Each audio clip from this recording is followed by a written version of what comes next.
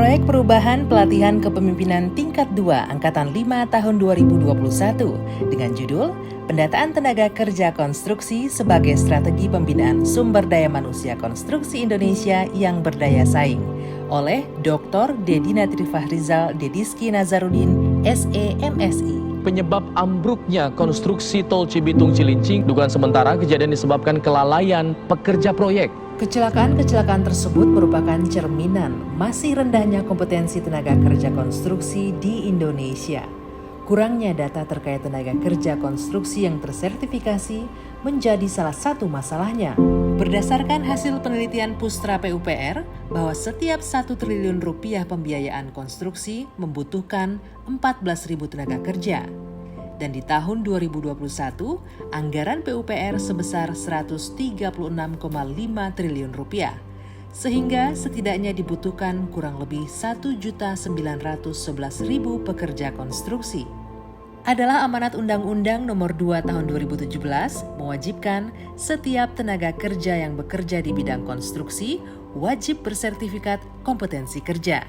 Inovasi yang ingin kami hadirkan pada proyek perubahan ini adalah pendataan tenaga kerja konstruksi sebagai strategi pembinaan sumber daya manusia konstruksi Indonesia yang berdaya saing, dengan membuat serangkaian regulasi, pendataan secara nasional, dan membuat aplikasi sebagai tools pendataan tenaga kerja konstruksi.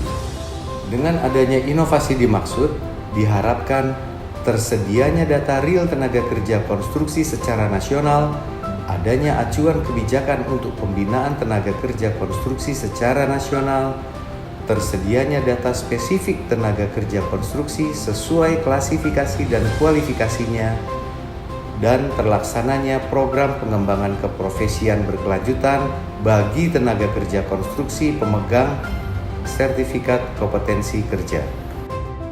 Pengerjaan proyek ini terbagi dalam 3 tahap, jangka pendek, jangka menengah, dan jangka panjang. Langkah awal dalam merealisasikan proyek ini adalah dengan membahas rencana proyek perubahan bersama tim efektif, membahas rancangan surat edaran, memfinalisasi surat edaran yang kemudian dilanjutkan dengan penandatanganan surat edaran Dirjen Bina Konstruksi. Inovasi yang hadir melalui aplikasi simkompetensi.com menjadi tantangan bagi seluruh stakeholder untuk mulai melakukan pendataan di setiap proyek pekerjaan konstruksi yang dilakukan, sehingga kita memiliki data dalam melakukan pembinaan tenaga kerja konstruksi yang kompeten dan berdaya saing. Proses pendataan dilakukan di sejumlah BUMN pada proyek strategis yang kemudian diikuti dengan pembuatan aplikasi pendataan tenaga kerja konstruksi. Dalam tahap awal ini sudah dilakukan pendataan terhadap 7.737 tenaga kerja konstruksi, di mana Menteri PUPR Basuki Hadi Mulyono membuka langsung pelatihan 3.000 peserta manajemen konstruksi.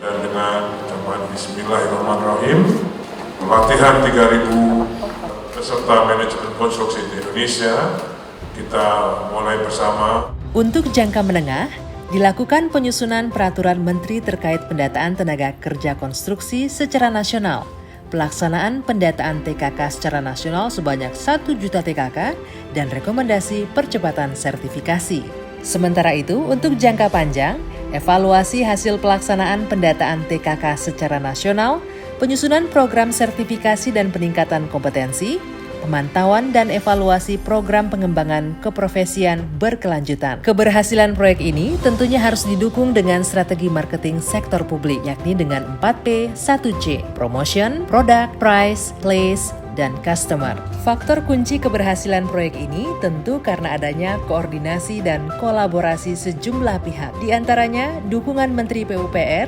Badan Usaha Jasa Konstruksi, unit organisasi Kementerian PUPR, serta dukungan dari LPJK dan dukungan asosiasi.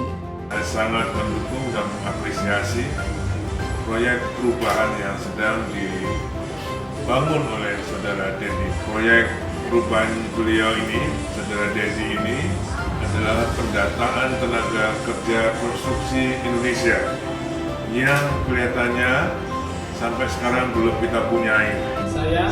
Saya mendukung proyek perubahan Saudara Dedi Trifahrizal.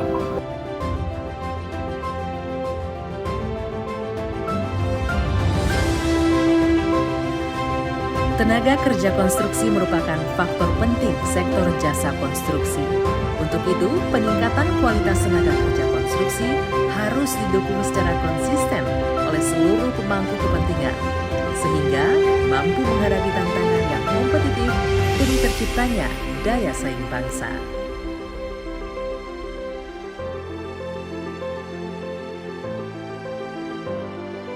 SDM Konstruksi Indonesia.